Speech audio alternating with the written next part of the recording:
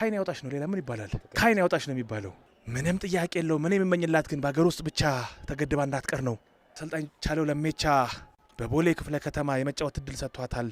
አዎ ምህረት አየለ ጩፌ የአርባ ምንጯ ተወላጅ። አቦ ድጋሚ ካይን ያውጣሽ ነው ሌላ ምንም አይባልም። አስፍሽ ምን ትላለህ? ተመሳሳይ ነው። ካይን ያውጣሽ ነው እንስማማለን ብለዋል። አንጀት አርስ ጎል ነው። እንዲህ አይነት ግቦች ከተመለከትን ቆይተናል። ለዚህ ነው ብርቅ የሆነብን። ምህረት አየለ ምን አይነት ባካችሁ ምን አይነት ተጫዋች ነች! አቦ እዚህም ያላችሁ ውጭም ያላችሁ አጨብጭቡ ውስጥ ይባላል። አጨብጭቡላት ለዚህ ተጫዋች። ሃትሪክ ሰርታለች። በነገራችን ላይ የመጀመሪያው ተጫዋች ነች በኢትዮጵያ እግር ኳስ ታሪክ በ17 ዓመት በታች ብሔራዊ ቡድን በሴቶች እግር ኳስ በአንድ ጨዋታ ሃትሪክ ከሰሩ ተጫዋቾች የመጀመሪያው ተጫዋች ነች ምህረት አየለ ጩፌ።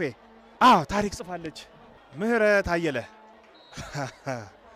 ምንም ማለት አይቻልም ከማድነቅ ውጪ፣ ፍጻሜሽን ያሳምረው ከማለት ውጪ ምንም ማለት አይቻልም።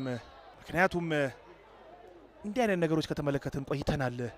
ምስጋና አሰልጣኝ ቻለው ለመቻ